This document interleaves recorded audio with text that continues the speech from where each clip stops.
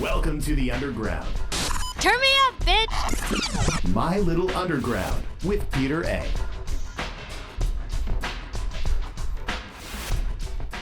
It's My Little Underground. I'm Peter A. Today, I'm very excited to welcome Mo Dotti to the show, all the way from LA, to talk about their brand new EP, Guided Imagery. We also talked about what our own cafes would look like if we were millionaires with a lot of money to spend. We talked up healthy uses of social media, noise pop and shoegaze bands to listen to, the LA music scene, and so much more with the great Mo Dotti. Mo Dotti, less problems, right here on My Little Underground. Mo Dotti, thank you so much for hanging out with me on a Sunday afternoon. Thank you, Peter, for having us. Thanks for hanging out with us. Yeah, I've been a fan for a couple of years now. I remember after I talked to Joe Trainer the first time, he made me a playlist of like noisy shoegaze bands. And at the top of the list was Mo Dotti, Glow in the Dark. And I was like, who is this? I need to talk to them right now. Yeah. But speaking of Joseph, he does a lot of PR now, and he did some PR work for Guided Imagery. Like, so has that made an impact on your listenership at all? Yes. Just Joe has done so much for Mo Dotti, just like he's helped us so much, even with the first release too. It wouldn't have come out, Blurring. That was totally his suggestion. He, like, spur of the moment during lockdown in 2020, he was like, just do it. And then he linked us up with Smoking Room, and they literally put it out in like 2 weeks later. Like, it was so fast. And now that like Joe has helped us with this release, because he kind of just helped us unofficially, like while we were all in quarantine, and just because he's really nice to us. But with Guided Imagery, yeah, our Spotify plays have gone up a little bit. That's cool. That's cool. And we got some sales right away, which was really, really nice and flattering. And the Blurring cassette kind of went really fast too. Did you expect that? No. Yeah. No. I didn't expect. We had no expectations, really. Just, it's like, we put it out during the end of the world, so yes, we didn't think that I mean, maybe that's why it got listened to more as well, because people didn't have anything else to do but listen to music. So yeah, that probably helped. Right. But do you, generally speaking, do you pay attention to your metrics at all? Is that even or just, like you said, no expectations at all? Well, no, I don't. Well, I don't care, but I guess I do pay attention. It's like, you can go on Spotify, like, and it's like 3 people are listening. I mean, I'm sorry, I know Spotify is evil, blah, blah, blah, but you go on there and it's like 3 people are listening to you right now. And it's like, well, who is that? Who's doing that?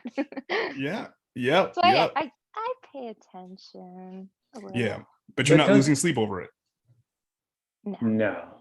I feel like attention is being paid just because there is a little bit of attention once the release came out. But I feel like before that, at least for me, I definitely didn't even bother to look at that stuff.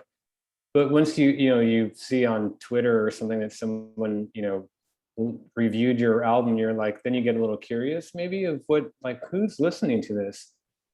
And for me, I always think it's interesting to find out who's buying the stuff, because you can see that on Bandcamp, like, obviously, because you have to send the stuff out, and that's what we're doing. So we kind of look around and see, where it's all going, and it's just really strange when you find on Google out Maps. Yeah, we spy on their houses. We spied on your house.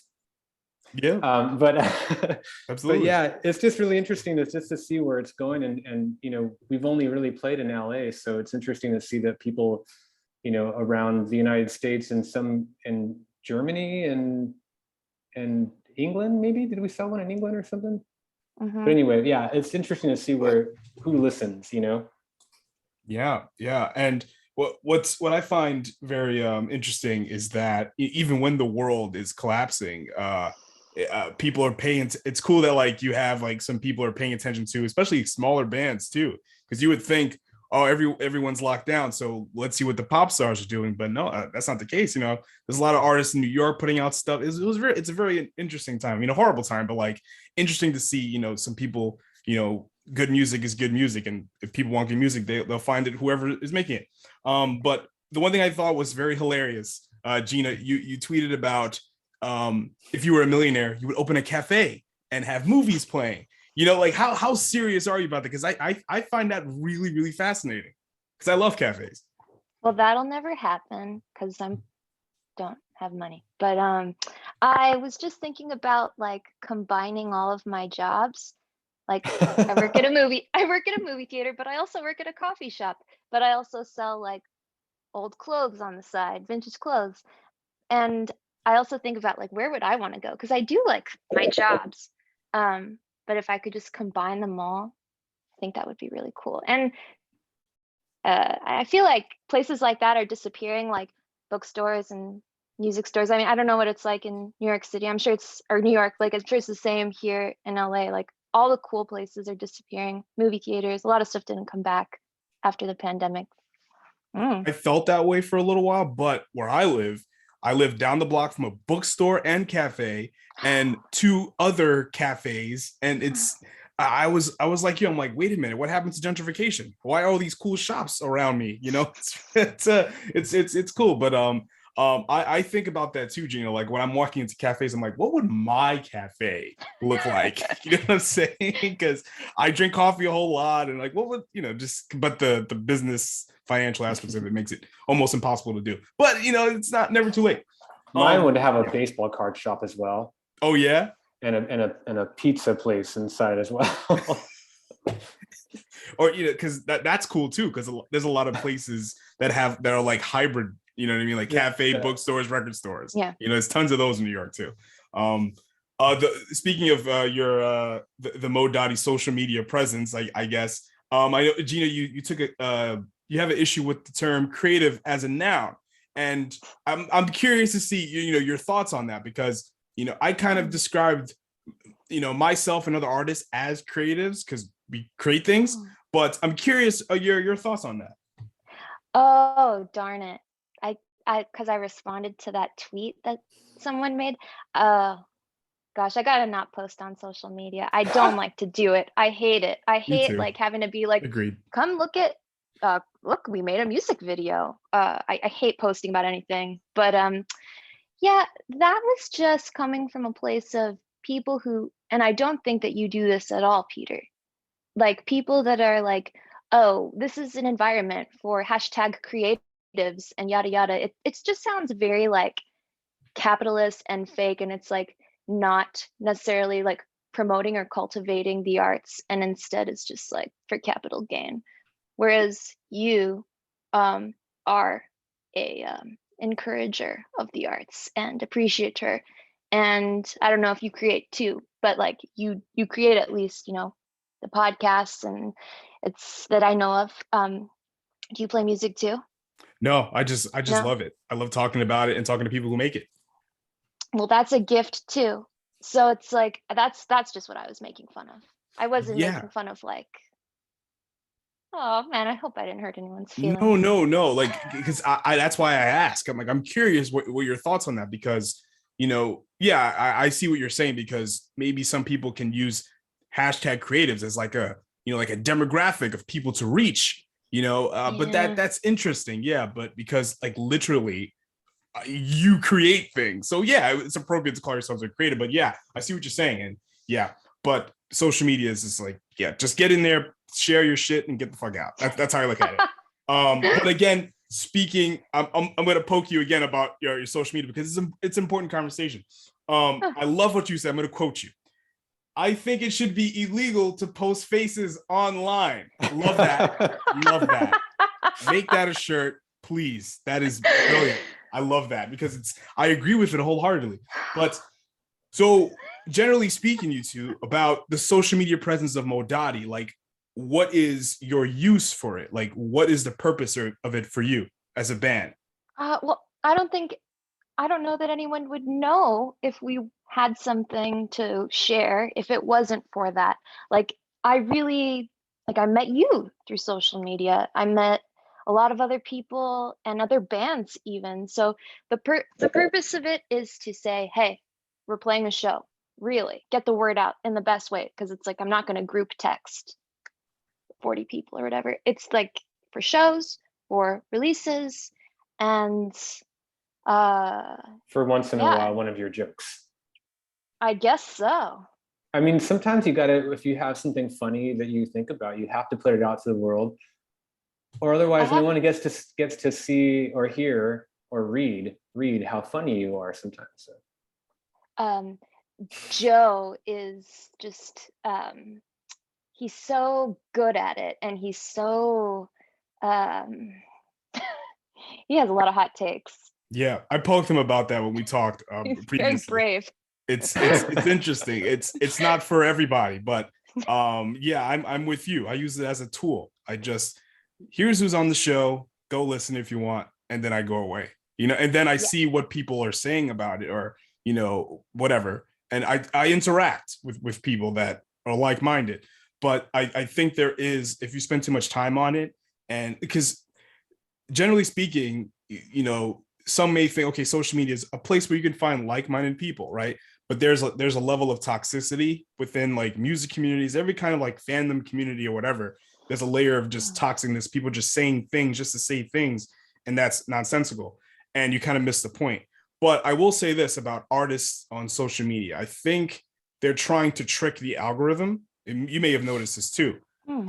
Okay, if the algorithm is only showing you a few things at a time, and people may miss things that you post, let's post again. Oh, did you not hear my new single? Well, here it is. The next day, oh, you remember I have a single out. Go listen to that single. And it's just, that's kind of like, I don't know, that's not how, I don't really like that. It makes me not want to listen to your music when I see that a lot, to be honest. Yeah. No, like I want to like reshare things when people say nice stuff about the recording. I want to reshare it as a just to show my appreciation. But like what you're saying about tricking the algorithm, sometimes people are like, oh, you should post a picture of your face instead of the flyer for your show or your record cover. And it's like, no, it's okay. I'll just post the flyer. If nobody sees it, I kind of really don't care. I'm not going to post a face, or like people that'll post like a sexy pic. It's like, no, I'm not going to do that. Yeah. I try to get that sexy pic of myself, but I keep getting turned down. Same. I tried. Social media just doesn't want it. They don't want my face at all. So shadow banned. Yeah. My face gets shadow banned. It's. No. I noticed that, like when on my wrestling podcast, when me and my brother did like a live thing, and I noticed that video didn't get a lot of views, so I know I'm being shadow banned because of my face. That's messed up. Yeah, but who cares? It's not my life. I'm like you. I just get in and get out. That's all. So when I'm listening to your music, the one thing that I notice outside of like the pretty noise, are a lot of like the riffage and the jam like aesthetic that you got going on. For you, what is one piece of your music that you want to stand out, and two, when you're making the music, what is one or a few elements that you focus on the most? First of all, it just has to be a strong song without like all of the decorations. Like I would hope that it, like if someone were to play it like on an acoustic guitar and just sing it, it's like fine, it's like a pop song. But I mean, Guy and I spend so much time like organizing it and like coming up with riffs. I mean, we'll loop something like at home, Guy will at least, for hours, like just get obsessed with the part, right, Guy? Like, yeah, I get pretty obsessed over just like a 10-second part of just trying to figure out like the best way to play it, and then or the best sound, I guess.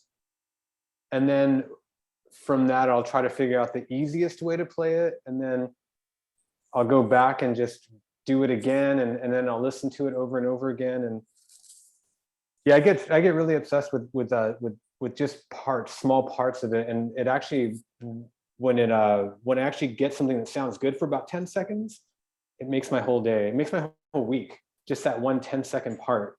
and I can feel like my day is just a little brighter when I get that little 10-second loop of something that sounds good. And then, the next time we rehearse all together as a band, I'll try to put it all in there. And sometimes it doesn't work and sometimes it does. But what was the question? You answered it, because Okay, what you're good. saying, that's what I think about when I'm listening to your music.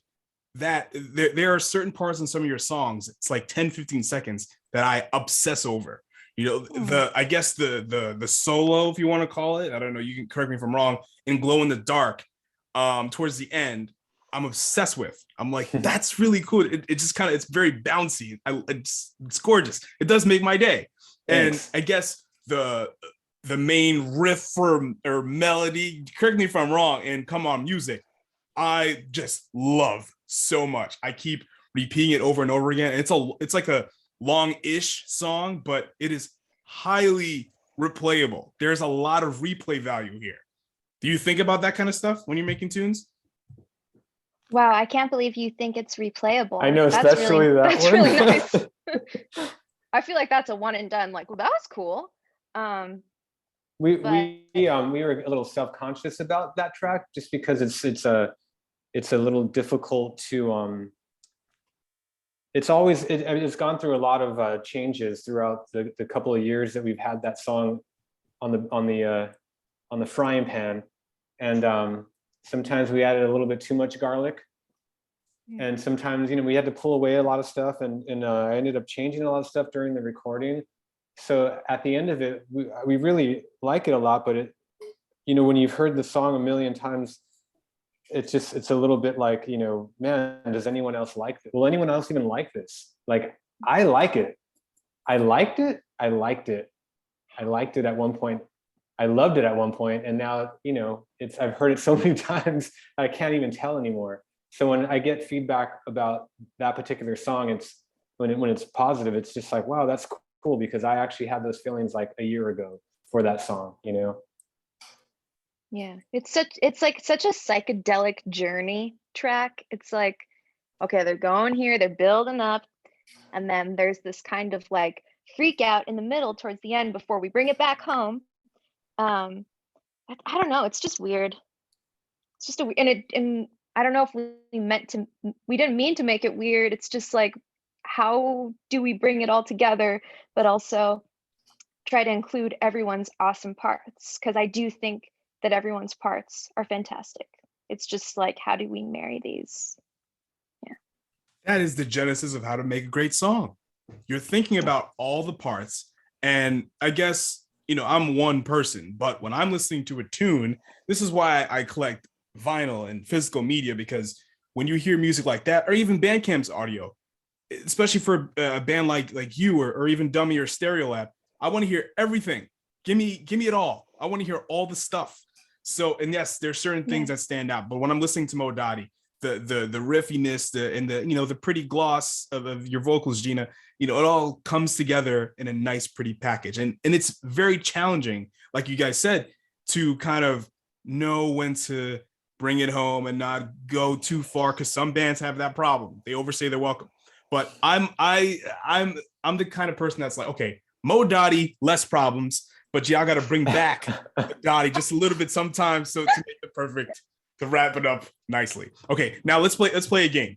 So I'm going to name some CA6 noise pop shoegaze bands that maybe you've heard. You tell me if you heard of them or not, and you give me some bands that you think I should know about. So okay, let me start. Number 1, History of Apple Pie. Whoa, I've never heard of them. You never heard of them? Oh, they're amazing. Are they on that comp? What comp? The CD The CD6? uh-huh. No, they're not. No, Oh, okay. they put out a few albums in like the first album was in 2013, and their second album was a year later. Then they broke up. But yeah, okay, give me one. Give me a band that you think I should know. Even As We Speak. Yeah, doesn't matter. Yeah, give me one. It's called Even As We Speak. That's the band name? No. Yeah. Even As We Speak. Okay, I'm gonna write it down. Yeah. Okay, I got another one. one. Yeah. Go ahead. Well, there's some Mo Dotti moments in there. Oh, okay. All right, Even As We Speak. Even As We. Okay, I'll give you one. Parakeet.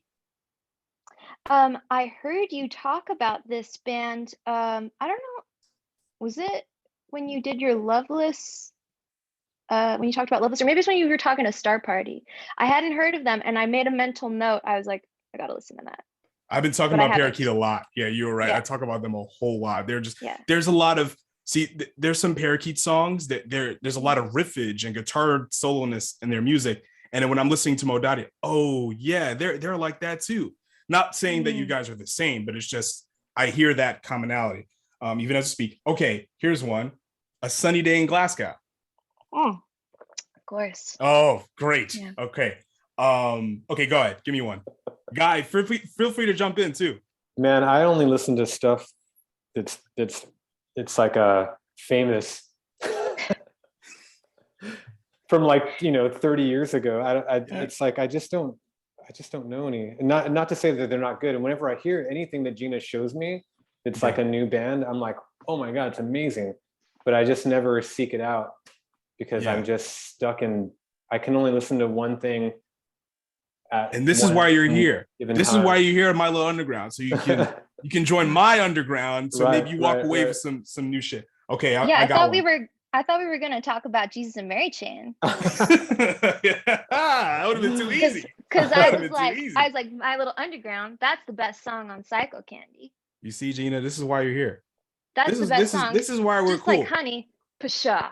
Just like Honey is so overrated. Now listen. Got this book. Inside Me. That's my joint. Oh, that's the dude, man. He has been a part of some, man. Signs. Look at you. I love him, man. He's the best. Yeah, he's so great. Let's see. Inside Me is great on that one too. But yeah, you're right. My Little Underground. That's the genesis of everything for me. A Place to Bury Strangers. I've never listened to them, but I have to, right? I think so. They've been on the show a few times, but they're out of this world. Okay, go. Give me one. Chime School. Chime School? School? Out of San Francisco, and Sea Blight. I feel like you would love Sea Blight. Have you listened to them? No. Sea Blight. What's the other one? Chime School? Chime School. That one's good. Chime School is the drummer of Sea Blight's band. And like we get compared to Lush, and I'm like, wow, thank you. But this band like actually sounds like Lush. They're so beautiful. Yeah. They're so fantastic. You gotta check it out. That's like History of Apple Pie and Parakeet, because the drummer of Parakeet was in History of Apple Pie. Okay. Let's see. The Ecstasy of Saint Teresa. Never. I know the painting. You would love this band. Really? I've been thinking about this band for years, but Joe tweeted about them. I'm like, oh my God, I've been looking for this. He triggered it because I forgot about them, and then I was thinking about what was that one obscure shoegaze band, and then yes, you would love. I'm gonna send you a song that I'm Czechoslovakian. Yeah. Whoa. Yeah, their stuff's not on streaming services, and they're just amazing. Cool. Okay. All right, go ahead. Give me one. No. You have no more? Might be tapped out. I don't know. I can't think right now. Is that a band name? You might be tapped out. You never know. You never know. Yeah. I don't know. Gosh. That's the one thing about these type of bands. Their names are like phrases. My Bloody Valentine. It's A Place to Bury Strangers. That sounds like a thing to do. This is the place I bury strangers. But okay, you might know this band, UVTV. Mm-mm. Oh yeah, they're from New York. They're fantastic. I've told them this. They would have been on a C86 compilation. They would have been. It just let's see. Joe put me onto this band. Aspidistra. Mm-mm. They're not on streaming services. They're super obscure. They're on YouTube. Oh man, great stuff. I think you'll love them too. I'll send you a tune. I got one. Yeah, what's up? Big Hush. Big Hush. Big Hush. Cool. I'm gonna write that down. Joe turned me on to that band. He made me a playlist too during quarantine, and this band is just their full length is insane. It's like that playlist might be the one he sent me, because he sent me some stuff that was like 1,000 things on it. You were on it, and some other stuff was on it. You know that group Medicine? Yes, we love medicine. Yeah. Medicine is really cool. Okay. What about summer hits? Oh, yeah, you should check them out. Summer hits? Show him the Mhm. record cover so he doesn't get confused. Because whenever you look it up, it's really difficult to find sometimes. I can't find maybe it. it's too hard to find. But that one's sort of a local LA thing. Oh, hell yeah. And kind of local for Pasadena because one of the guys is from Sierra Madre, which is near Pasadena. You know, it's interesting. That was my next. I was gonna ask you guys about the LA music scene from your perspective, because is it kind of like New York where it's like two New York bands cannot know who the hell they are and they can be in the same neighborhood?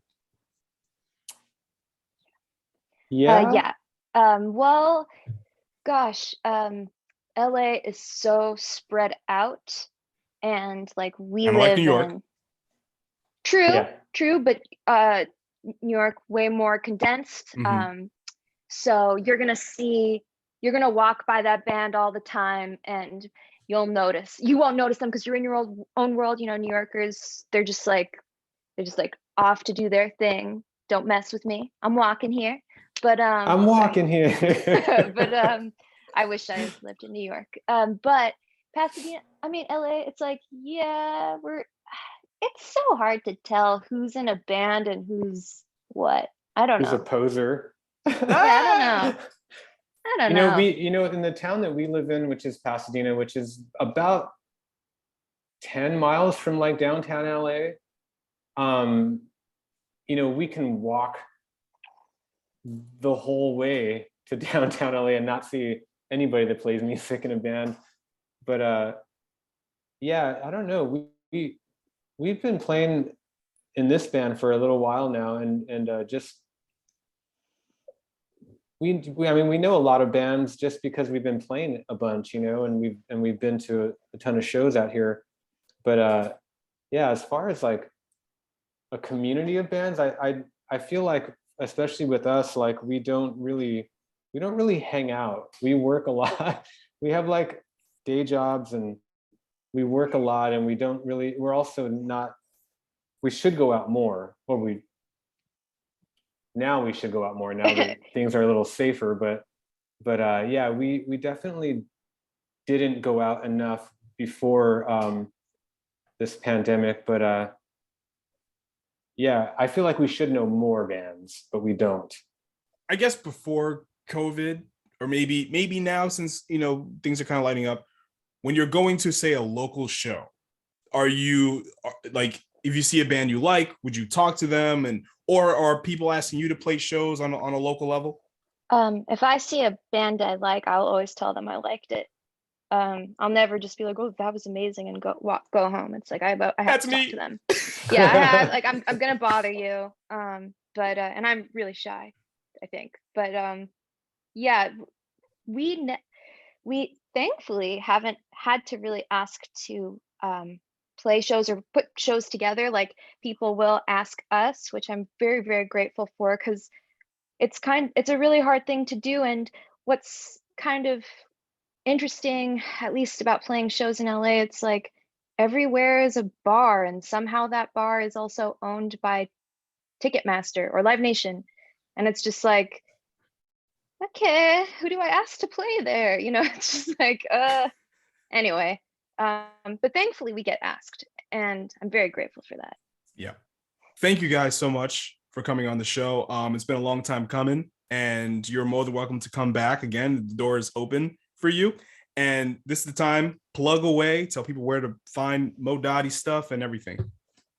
Well, thank you, Peter. Yeah, we love this podcast. Thank you for having us. Mo Dotti Bandcamp, that's just where you can buy our CD, and then go to smokingroom.com. I think just Google it, and that's where you can buy the cassette if you want a cassette. And I've got a cassette for you. It's on the way. Hell yeah. We have some t-shirts too, which is pretty cool. Listen, we haven't had a t-shirt, and we've never had a t-shirt until now, so it's cool. We have one now. I'm glad, because the Mo Dotti logo I love so much. It is so beautiful. It's amazing. Thank you. It's a reference to Lush, kind of. I don't know if you can tell. Yeah. And a little bit, the font is like similar to My Lady Valentine too. Like some of their Yeah, early, it's the like, same. We're just ripping everything off. Love it. Oh my God. Thank you so much for coming on, guys. This has been amazing. Thank you.